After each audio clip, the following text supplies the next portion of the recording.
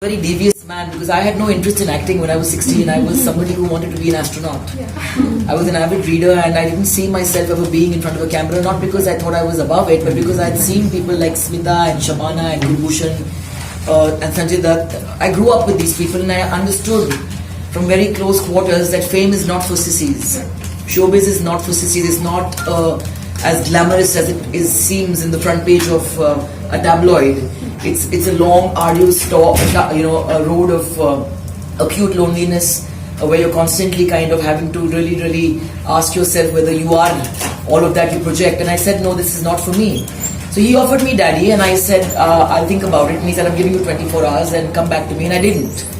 And the devious man that he is came to me the next day and said, okay, you haven't gotten back to me. You know, Dimple Kapadia has a daughter and her name is Twinkle Khanna. I said, hang on. So he said, you don't want to act, but you don't want anyone else to act in that role either. You're made for showbiz. And I said, yes, and the rest is history. But for me, it was, besides the terror of having to go to set every day and be thrown into the deep end with stalwarts like Anupam Kher and Suhas Joshi and Rajdoot, because I'm not a trained actor.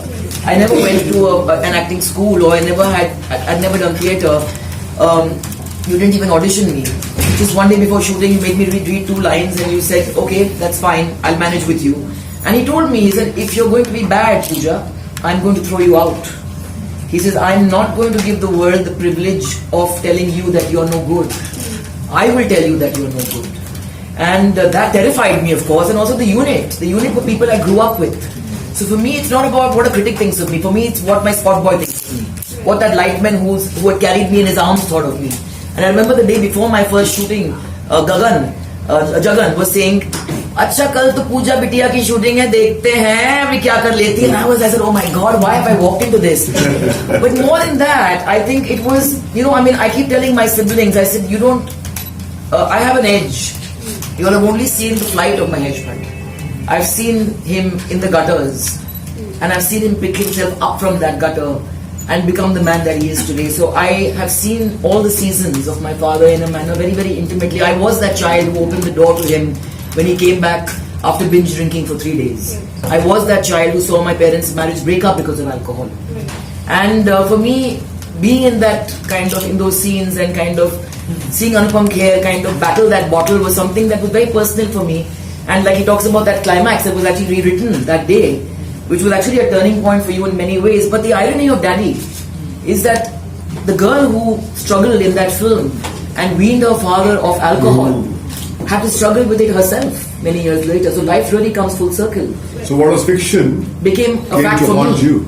And when we look at even Daddy, and I keep telling him, I said, even alcoholism, ek mard ki jagir hai. Men are somebody who claim that space. Men are kind of given the license to recover from it and talk about it. But everyone presumes a woman will never have a problem, because women are not meant to talk about their frailties, and especially not if you're on the public eye. And I had to kind of go through that entire experience, and the girl who counseled herself, her father in that film, had to counsel herself. So for me, Daddy has taken a completely new dimension today, because it's not only my father's battle and my father's personal kind of... I remember I was shooting for a film called Prem Deewane with Madhuri Dixit and Jackie Shroff one day, and there was a young girl who came to me and she said, I want an autograph and a photograph with you, please. And I said, sure. She said, well, my father is there and he stopped drinking after he saw Daddy. And I remember at that time that was a compliment that I held very close to my heart. And I said, now that's why it's worth it to be an actor. That you can actually change people's lives. And one fine day I found myself in that same alcoholic days in abyss. And if I didn't have his blood and genes in me, I would not have been able to hold my frailties to light and acknowledge that. And then kind of pull that darkness out by kind of going out there and kind of screaming from the rooftops that if I could go through it, you can too. And if I can pull myself out of it, you can too. And it's important that if we call ourselves supposed role models, a role model is not somebody who only shows their good face to everybody and kind of looks pretty all the time and kind of shows a very unrealistic image to the world. A role model is somebody who shows people that they are as human as everybody out there. They have the same frailties, the same darkness within them, the same uncertainties and insecurities, and you fall. But a role model is somebody who picks themselves up then and shares those kind of frailties. So I don't want to be somebody who's going to be the new face of alcoholism or somebody who says, oh, my more. All I want to do is share my journey. And if somebody can pick it up and say, if she could do it, I bloody well can, then I think it's a life that's worth having been lived. men. I've been accused of being very Punjabi in my behavior and my responses to life. Okay. But I do believe that if you cannot speak something with the right accent, you should not bother. You should keep your mouth firmly shut.